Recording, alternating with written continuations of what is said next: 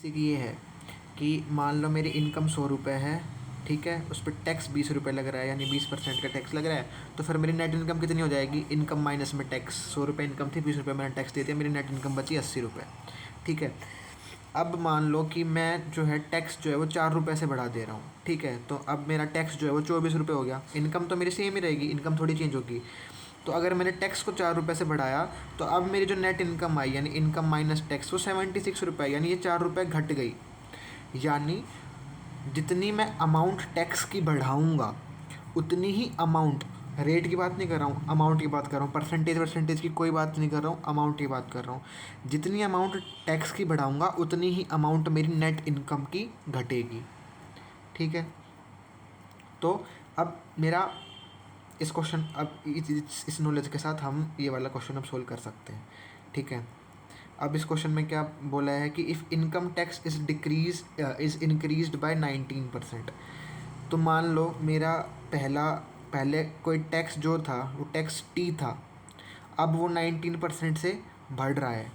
तो यानी 19% अमाउंट कितनी बढ़ रही है?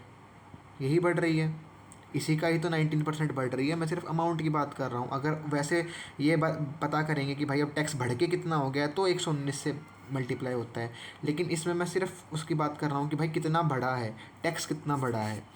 ये किसके बराबर आएगा? नेट इनकम जितनी घटी है। नेट इनकम पहले मान लो, नेट इनकम NI ही मान लो, पहले नेट इनकम NI थी, अब 1% से घट गई। कितनी घट गई? 1% घटी है। घटने के बाद 99 हो जाएगी, वो पूछा ही नहीं है कितने से घटी है, वही पूछा है 1% से घटी है। इसको काट दो तो 19T is equals to net income आ रहा है, ठीक है। अब रेशो ले लो टैक्स और नेट इनकम का, तो ये आ गया 1:19। अब वही वाली इक्वेशन कि मेरी नेट इनकम जो है, नेट इनकम 19 रुपये है, टैक्स मैं दे रहा हूँ 1 रुपये, तो इनकम कितनी हुई? मेरी इनकम 20 हुई ना। अगर मेरी इनकम 20 थी, उसी पे मैं 1 रुपये टैक्स दे रहा हूँ, और टैक्स देने के बाद मेरी जो नेट इनकम है वो 19 रुपये बच रही है। अब उसने मेरे से पूछा क्या है? इनकम टैक्स का रेट पूछा है।